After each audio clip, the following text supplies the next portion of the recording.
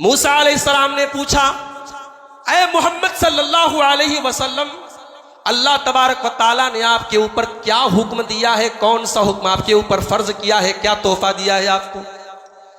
कहा कि 50 टाइम की नमाज फर्ज है मेरे ऊपर। अब मूसा अलैहिस्सलाम का जवाब सुनो। मूसा अलैहिस्सलाम ने बनी इसराइल जैसी कौम को देखा था, बनी इसराइल जो अपने जमाने की बड़ी शरारती कौम थी। मूसा अलैहिस्सलाम ने कहा, मोहम्मद सल्लल्लाहु अलैहि वसल्लम, आपकी उम्मत 50 टाइम की नमाज नहीं पढ़ पाएगी। आप अपने रब के पास जाइए और इसमें कमी करवाइए, इसमें हल्का करवाइए। आपकी उम्मत 50 टाइम की नमाज नहीं पढ़ पाएगी। मैंने बनी इसराइल का तजर्बा किया है, मैंने बहुत आजमाया है। मेरा तजर्बा ये कहता है कि आपकी उम्मत 50 टाइम की नमाजें नहीं पढ़ पाएगी।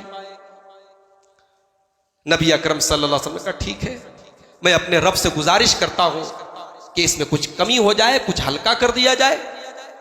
नबी अकरम वापस गए और 50 में से 10 मेरे नबी की गुजारिश पर 10 कम कर दी। फिर हजरत मूसा से मुलाकात हुई, उन्होंने कहा 40 नहीं पढ़ पाएगी आपकी उम्मत, 10 और कम हो गई। उन्होंने कहा 30 भी नहीं पढ़ पाएगी, 10 और कम हो गई, 20, फिर 10, फिर 10 से 5 हो गई। अब फिर मूसा अलैहिस्सलाम के पास अल्लाह के रसूल आए।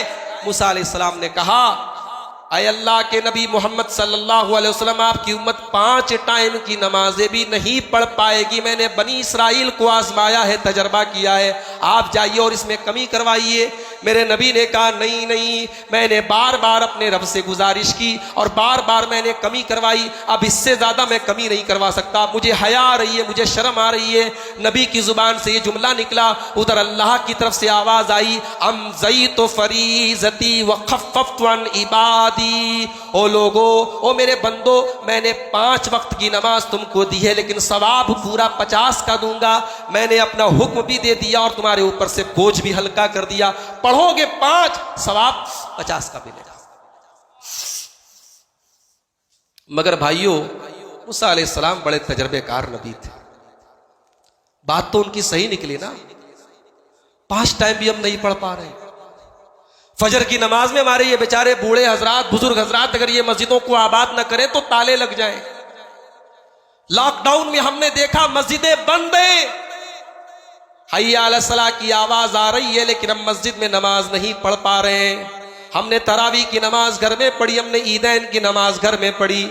हमने अल्लाह से दुआ की, अल्लाह ये दिन देखे नहीं जा रहे हैं, अल्लाह तेरे घर के दरवाजे हम पर बंद कर दिए गए, अय अल्लाह तू मस्जिदों के दरवाजे खोल दे।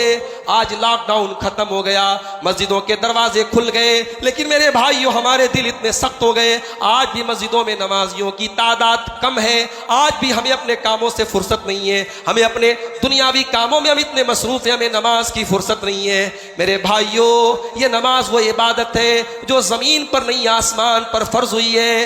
रोजा जमीन पर फर्ज हुआ है, ज़कात जमीन पर फर्ज हुई है, हज जमीन पर फर्ज हुआ है, लेकिन नमाज एक लौती इबादत है जो आसमान पर फर्ज हुई है।